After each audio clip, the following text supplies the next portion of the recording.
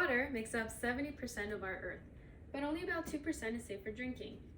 Because of such a small amount, we should address the dangers of water pollution and try to fix the problem. If this crisis continues, both humans and wildlife are at risk of waterborne illnesses, water waste, and chemicals that enter into our bodies through water.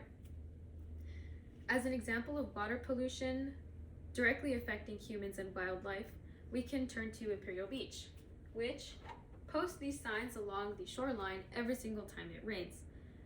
This is because sewage from Mexico enters our ocean through the river mouth and runoff, exposing beachgoers to harsh chemicals, later causing lifeguards to have to close down the beach. The San Diego mayor says that the region has been plagued by cross-border pollution for decades, posing significant risk to humans and resulting in beach closures and degrading wildlife habitats. Keeping a clean water source is critical if we want to continue living on a happy and a healthy Earth. This man-made issue is caused by oil spills, sewage dumping, agricultural chemicals, plastic, and trash that enter our large bodies of water through improper disposal. In 1978, the Amoco Codis oil spill killed millions of marine life and 20,000 birds. This threw off the balance of the ecological system in France. In 2019, water pollution was responsible for the premature death of 1.4 million people. One reason that water pollution still exists today is because agriculture and industrialization are components of economic growth. Water pollution is a side effect of the increased production to satisfy a growing population. This means that the constant occurring of tragedies due to water pollution are ignored because of the incentive of economic prosperity. In addition, the absence of awareness of water pollution is due to a lack of knowledge and political standpoints that dismiss the problem, which further the issue of water pollution as it continues today. In order to save our water, the implementation of septic tanks, water treatment plants, and denitrification systems all can help clean water by removing impurities before they go into rivers, oceans, and lakes. According to U.S. Environmental Agency, half of rivers and 1/3 of lakes are all unfit for swimming and for drinking purposes. If we reduce pollution, these rivers and lakes can then reopen for swimming and be great sources for additional drinking water. Also, people need to reduce their production of waste, while also disposing their household chemicals properly by avoiding dumping them down the drain.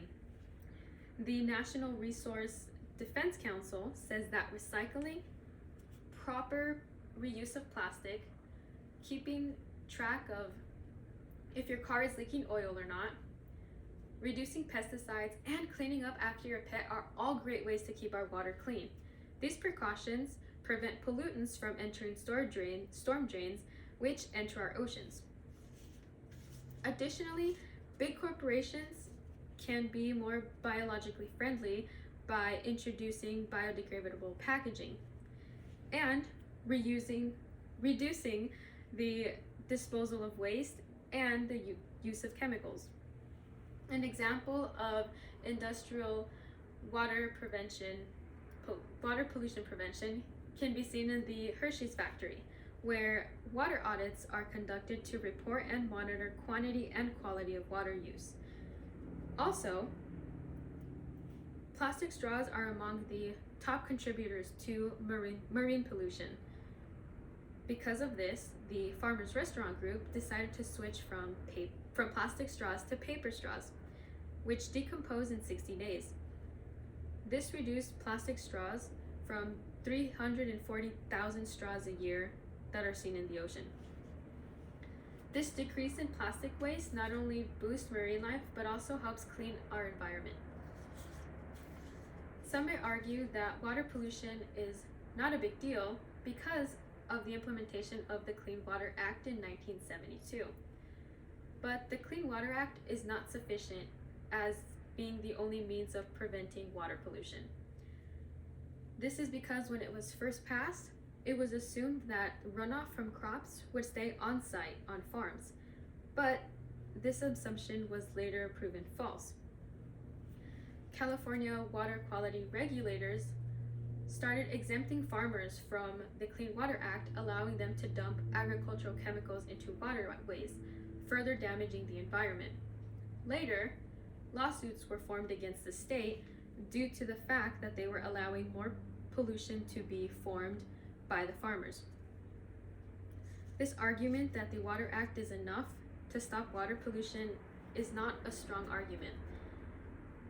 And instead, people should support the advocacy for full protection of water, because not only does it help clean our environment and protect marine life, but it also help ensure the safety of future generations on this planet. So let's band together and save our water.